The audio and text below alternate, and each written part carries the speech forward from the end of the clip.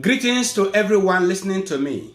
A few days ago, the President of Nigeria, President Muhammadu Buhari, made a provocative statement when he said that he will never allow restructuring of Nigeria to take place.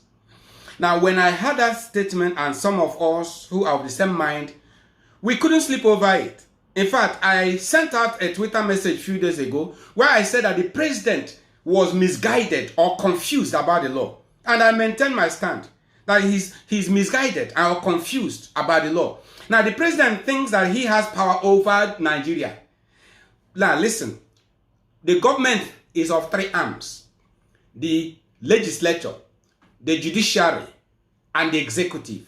President Buhari is a leader of just one arm of the government. He doesn't even know that the legislature has the power to remove him from being the president of Nigeria. The legislature has the power to impeach him and remove him. In fact, by making that statement that he will never allow restructuring, he has arrogated upon himself the power to restructure Nigeria.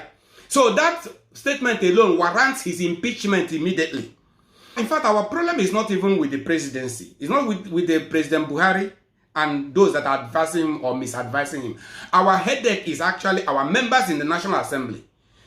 Sometimes I begin to wonder whether these senators and House of Rep members, whether they know their powers, whether they are educated enough, whether it's either they are not educated enough, or they don't know or they are just foolish or stupid and ignorant of what the law says. This constitution they swore to protect. They don't even know their powers, or they do, but decide not to exercise their powers because I have heard, or some of us have heard, that the president has bribed all of them and put them in his pockets.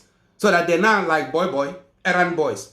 Yes, sir, saying yes, sir to the presidency. Anything the president says, they will say yes, sir. They no longer have power. If that is the case, then they are a disgrace and a disappointment to all of us.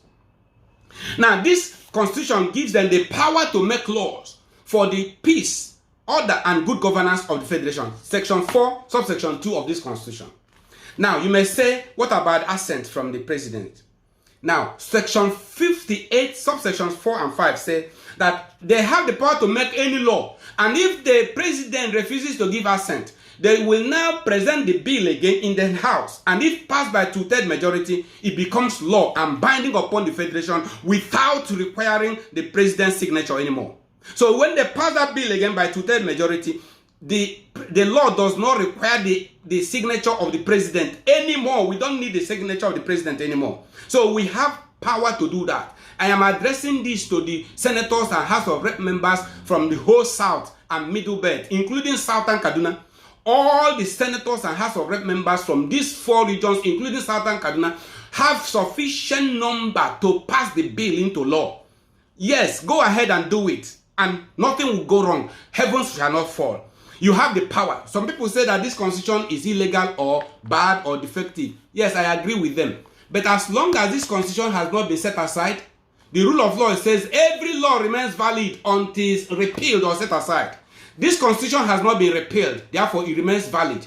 Use this constitution now and pass the bill into law. It is bad, yes, it's bad, but we want to use the badness of this constitution to destroy the evil machinations of these people that are misruling Nigeria. Yes, the constitution is bad, but there are loopholes we can use. There are the badness of it we can use, which now that the one I have just cited, you have the power now to make the law, restructure the Nigeria, or law, you can pass the bill of restructuring. You can pass the bill of referendum. Any bill you want to pass into law now to make law for the peace, order, and good governance of the federation, do it now and nothing will go wrong. I want to address you now on this particular issue.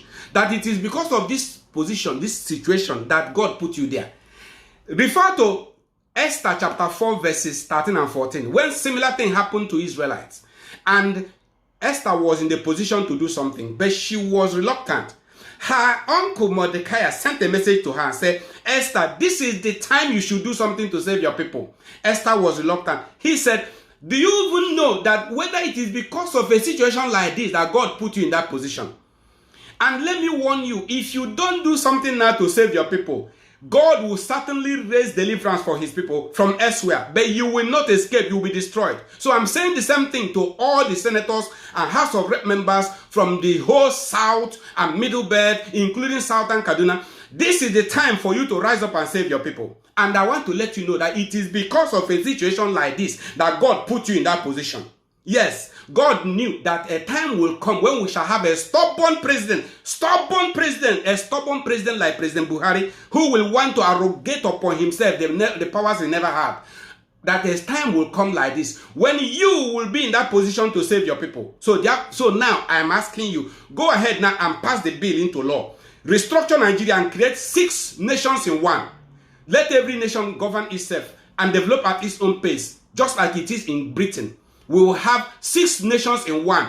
Every nation govern yourself, develop at your own pace in one Nigeria. For now, we want to be free. Freedom is either freedom within Nigeria by way of devolving power to the regions, or freedom outside Nigeria. So we gave 2 options to Nigeria.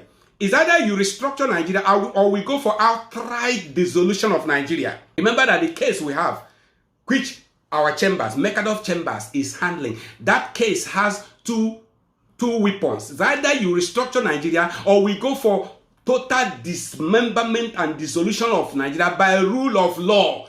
I'm not talking about taking arms, but by rule of law, Nigeria can be dissolved. Nigeria was not made by God, but by man. The same way man made Nigeria, so man can dissolve Nigeria by rule of law. So we were pushing this case. If you don't do it, we are pushing this case to international court until Nigeria is either restructured or dissolved.